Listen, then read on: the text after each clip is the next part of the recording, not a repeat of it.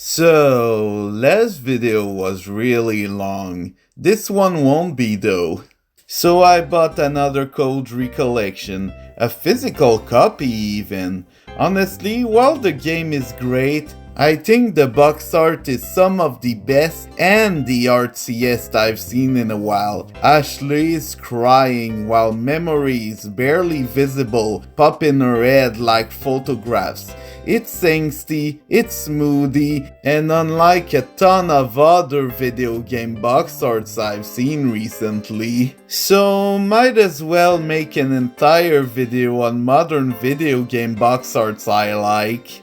Let's go. Ashley is crying, and it is moody. I feel so sad for Ashley, and this game is like a cold blanket.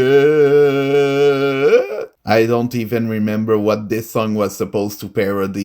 Either way, I don't really care for most modern box art in gaming. By modern, I mean since the PS3, Xbox 360 era. This era of gaming was trying to be more violent and hardcore with its box art in the ways even the PS2 and PS1 did not even want to be. Because of that, going to a gaming store in those sections can be incredibly boring, and it is hard to find a certain game that stands out. Mostly since the gaming libraries of these two consoles are almost the same. Wii games, however, often stood out with their multiple art styles, since the consoles had limited power, thus needed an interesting art style in order to compensate. I could say the same about most Nintendo consoles post GameCube. Fragile Dreams and its beautiful shades of dark blue, Xenoblade, which is just a sword with a titan in the background, or Link's contrast with his wolf form in Zelda Twilight Princess, or just absolutely everything in the Rin Maven Fever box art. With the Wii, you know what you're getting into, and the amount of shovelware meant more room to experiment on literally anything. Shovelware is often known to be a bad thing, but I think it's just part of the consoles at this point. But that's going to be for another video. As for the Wii U, the very few games that got released had some decent box art, but nothing really noteworthy. Another thing worth noting is the presence of reversible covers, which were invented to please the hardcore gamers who wanted actually interesting box arts. Nowadays, it has become the norm, but back then, there were only a few games such as Fragile Dreams or even Xenoblade. So that's another reason to love Exceed games. Thanks, Exceed games. There's also the 3DS, which has tiny icons on the inside because Nintendo wanted to save some plastic to seem eco-friendly or something. I remember seeing on an old Nintendo forum that Nintendo recycled their old plastic parts, but I can't find it, so it's probably not true. But yeah, the teeny tiny little 3DS icons on the inside are pretty cool. Either way, the PS4 and Xbox One box arts are pretty decent. Most of the edgy stuff from the previous gen just disappeared, so it's just whatever the marketing budget can afford. It can even be creative. Just look at Persona 5 or even its chibi spin-off, which somehow looks even more creative. I'm saying this as someone who ate P5's story. I'm mature enough to say that. Or the face of The Last of Us Part 2. Or the Assassin's Creed thing where the protagonist is like, look at how sneaky I am. So I don't know. I think they're decent. You see what the game's atmosphere looks like, and I like it most of the time. But then limited run games happened. Due to the rise of digital games and its limitations, a lot of fans wanted physical releases. Since these physical releases are for the fans, These boxes have a certain amount of creativity to them. Limited run games are also known to be over kinda like working designs back in the day, eh? So most of the limited runs box arts can actually really look interesting. Such as River City Girls, where the girls literally beat you up. POV, the girls beat you up. So, due to its success, more companies started making limited run physical copies, with some of them having varied covers. I like Wonder Boy, which has one art style on the cover and another one on the reversible cover. It is pretty cool. It is kinda neat that companies are now paying attention to physical copies, and due to the Switch not being region locked, even imports get released in English. Also, reversible cover art has become the standard for physical releases, which I quite enjoy. I'm glad physical releases are now accessible to smaller companies, although the Nintendo Switch has a few problems. Like there is some dumb sticker indicating that there is a separate download necessary, and it kinda hampers the cover art. I did not really mind the player's choice sticker on GameCube, because it doesn't really affect the art. But I, for one, despise the bestseller sticker. Mostly because it's on launch copies. We do not know how much the game is going to sell.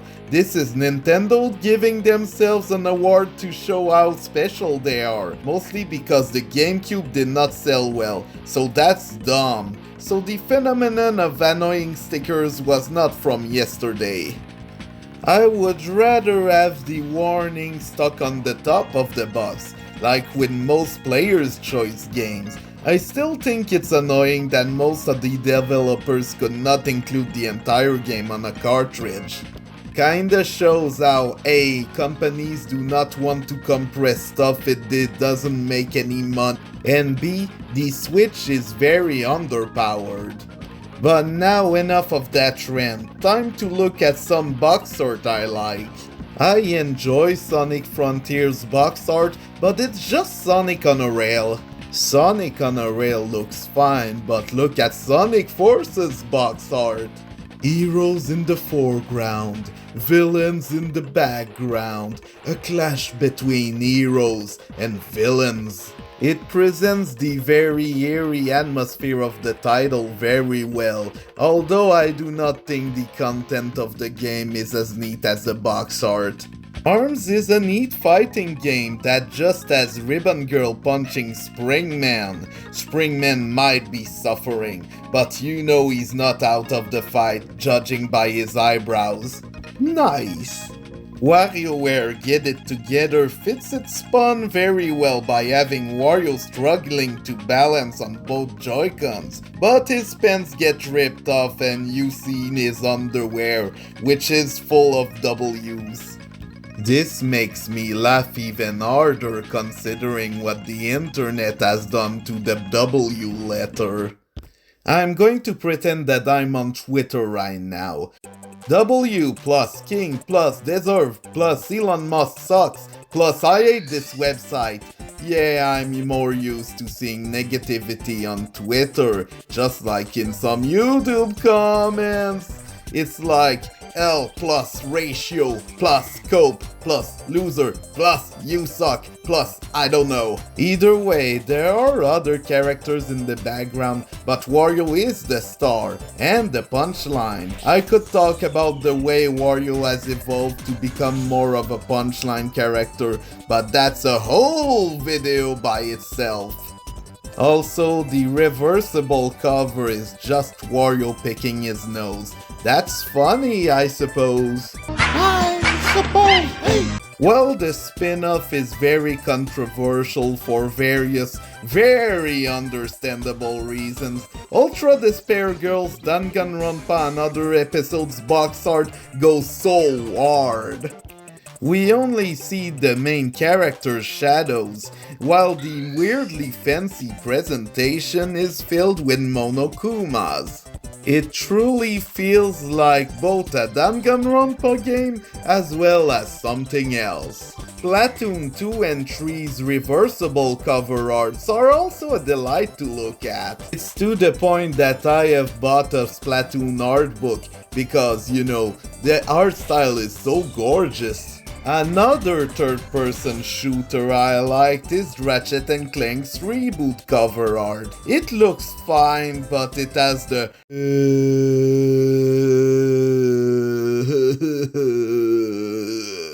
face. It truly reminds me of the box art in the Tekken games. Tokyo Mirage Sessions box art is mostly beautiful to look at, mostly due to the insane amount of 2D art.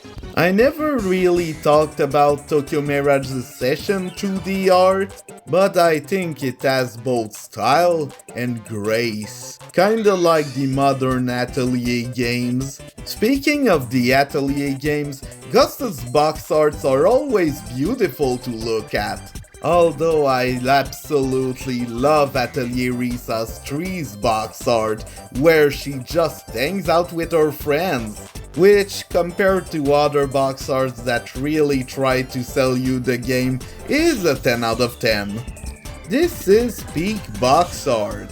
We can also talk about the Blue Reflection box art, where the main character literally embraces her magical girl form. It even looks slightly romantic, considering the tone of the game.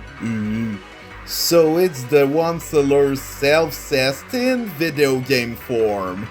Yep, if you want to understand that reference, here's a video about the Onceler fandom. Hopefully your sanity will still be intact by the end of it. Either way, most JRPG's covers are nice, but mostly it's just someone with a sword or really trying to look cool, so it's just whatever. Meanwhile, Octopath Traveler's 2's box art is just really a big vibe. Everyone is chilling at the campfire before they head out to fight. That's an interesting idea for a box art. Also, since this is a Square Enix moment, might as well talk about one more simplistic box art I love. Balan Wonderworld. Bikini Bottom. It's very simplistic, but it really feels like Balan is welcoming you to the stage. And let's just say that the reversible cover is the icing on the cake, showing you a lot of the costumes. Another reversible cover I like is the one from Sushi Striker. Yes, it's that one puzzle game with you know what. So the reversible cover is just sushi. Every single type of sushi you'll find in the game actually. So that is pretty interesting though. Another Switch title that I absolutely love is Gal Metal. It's very stylish and its cover is really poppy, to the point where it feels both modern and retro. Like some kind of 90s anime or something. And the best part is that the reversible cover is just really the first cutscene of the game. And that is what we call kids rad. Meanwhile, Super Bomberman R has a lot of stuff. Like there's the wahahaha, the Doon, all of the characters as well as the villains. I just really like its aesthetic. It looks like the Japanese cover of a GameCube game. Okay, one last cover. Kingdom Hearts is the most insane video game franchise and I enjoy most of its cover art. But Kingdom Hearts 3 legit just it's so hard. As we see most of the characters looking at the sunset, knowing that all of this adventure is coming to an end. Well, somewhat of an end at the very least. Looking at this cover is fine all back in 2019, but it's much harder in 2024, knowing what happened. Either way, this was my smaller video about video game box art. I have nothing else to say, so thank you for watching, and please like and subscribe for more confusing content. Bye bye!